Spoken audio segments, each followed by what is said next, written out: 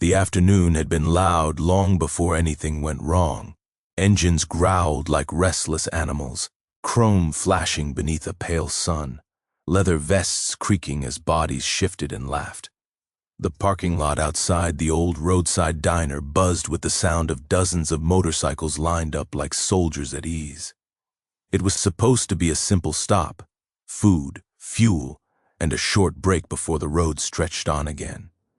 No one expected anything more than coffee strong enough to wake the bones and jokes loud enough to drown out the wind still ringing in their ears. Inside the diner, the air smelled of grease and sugar, of coffee that had been brewing since dawn. The bell over the door chimed every few seconds as bikers went in and out, nodding to one another, boots thudding against the floor. Some locals watched with curiosity, others with unease, because leather jackets and heavy boots always brought assumptions. Yet there was laughter too, and kindness tucked into the small gestures. Chairs pulled out for elders, napkins handed to children. A few extra bills slipped beneath plates without anyone noticing. Outside, beyond the noise and the laughter, a different sound cut through the afternoon. A scream, not the loud, dramatic kind people expect in movies, but the raw, cracking sound of a child who had run out of breath and hope at the same time. A little girl burst around the corner of the building, shoes half untied, hair wild against a tear-streaked face. Her chest heaved as she ran straight toward the line of motorcycles, small hands clenched into fists that trembled with fear.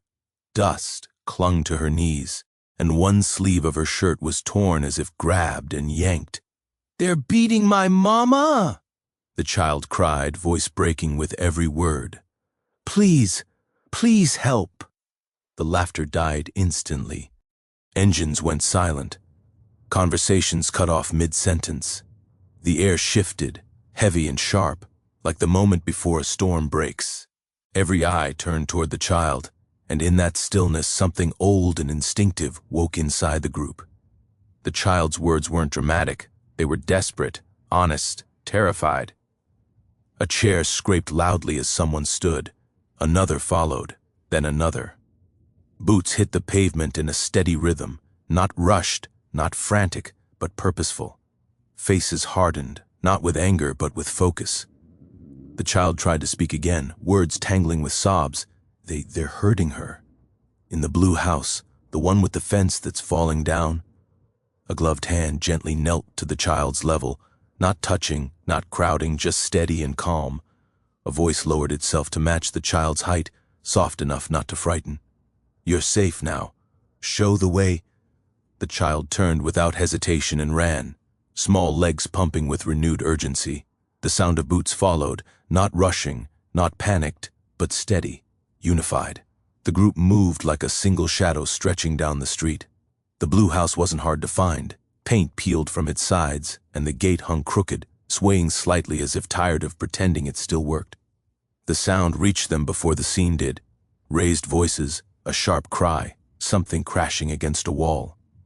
The child stopped at the gate, chest rising and falling too fast.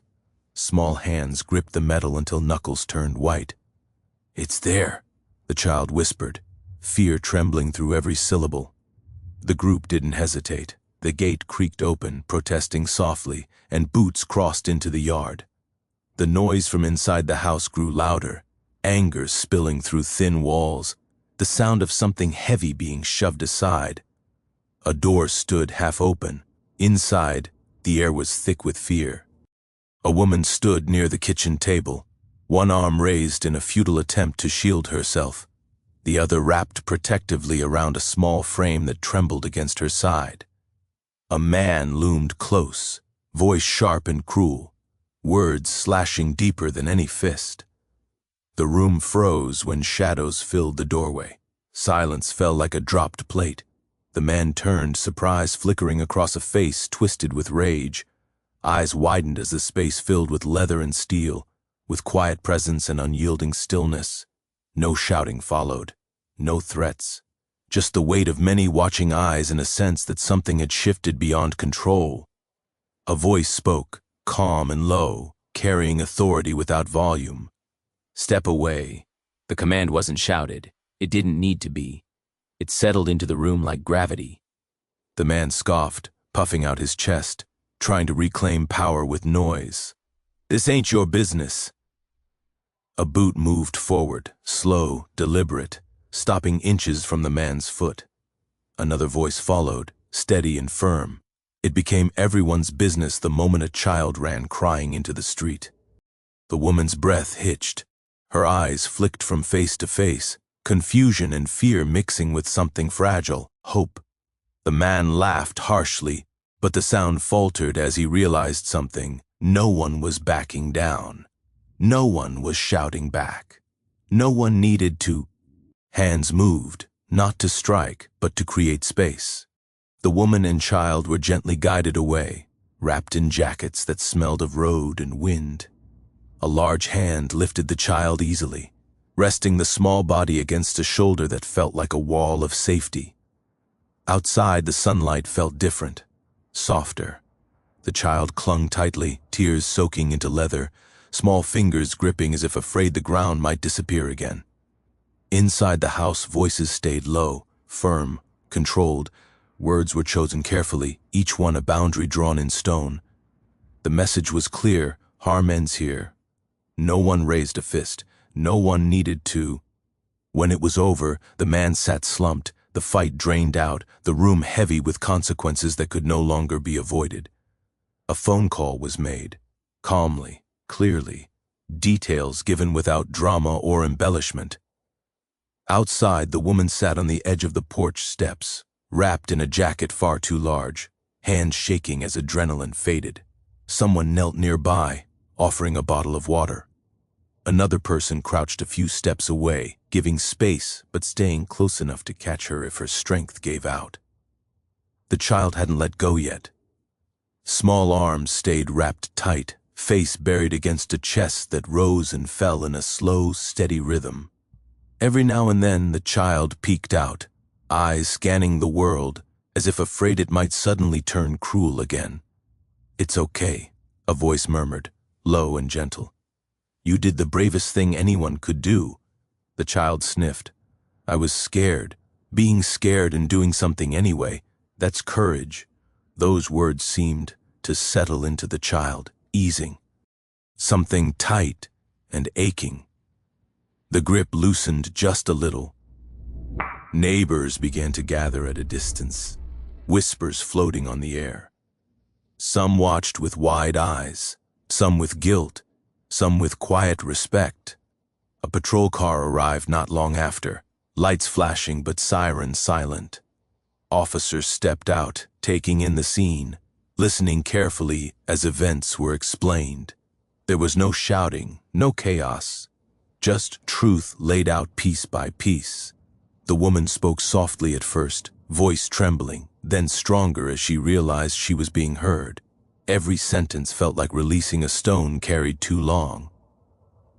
The child stayed close, small fingers tangled in fabric, eyes watching everything with solemn attention. As the afternoon stretched on, the tension eased. The woman was offered a safe place to go, people ready to help without asking for anything in return. Numbers were exchanged, promises made, not the empty kind, but the kind that carried weight. The group began to disperse, engines starting one by one, the familiar rumble returning to the air. But the feeling had changed. Something heavier, deeper, lingered beneath the sound. Before leaving, one of them crouched again in front of the child. "You were brave today," came the quiet words. "Never forget that." The child nodded, eyes shining, and for the first time since running across that parking lot, a small, uncertain smile appeared. As the motorcycles rolled away, the street slowly returned to its ordinary rhythm.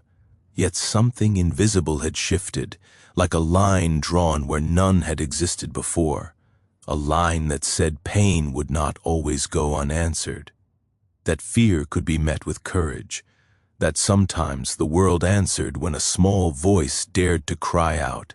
The sun dipped lower, casting long shadows across the cracked pavement. The woman watched until the last motorcycle disappeared around the bend. then looked down at the child beside her. A future still uncertain waited ahead, but it no longer felt unreachable. The child squeezed her hand, eyes bright with exhaustion and relief, and whispered about the sound of the engines, about how loud they were, about how they didn't sound scary anymore. The woman smiled, a tired, grateful smile, and brushed hair from the child's face.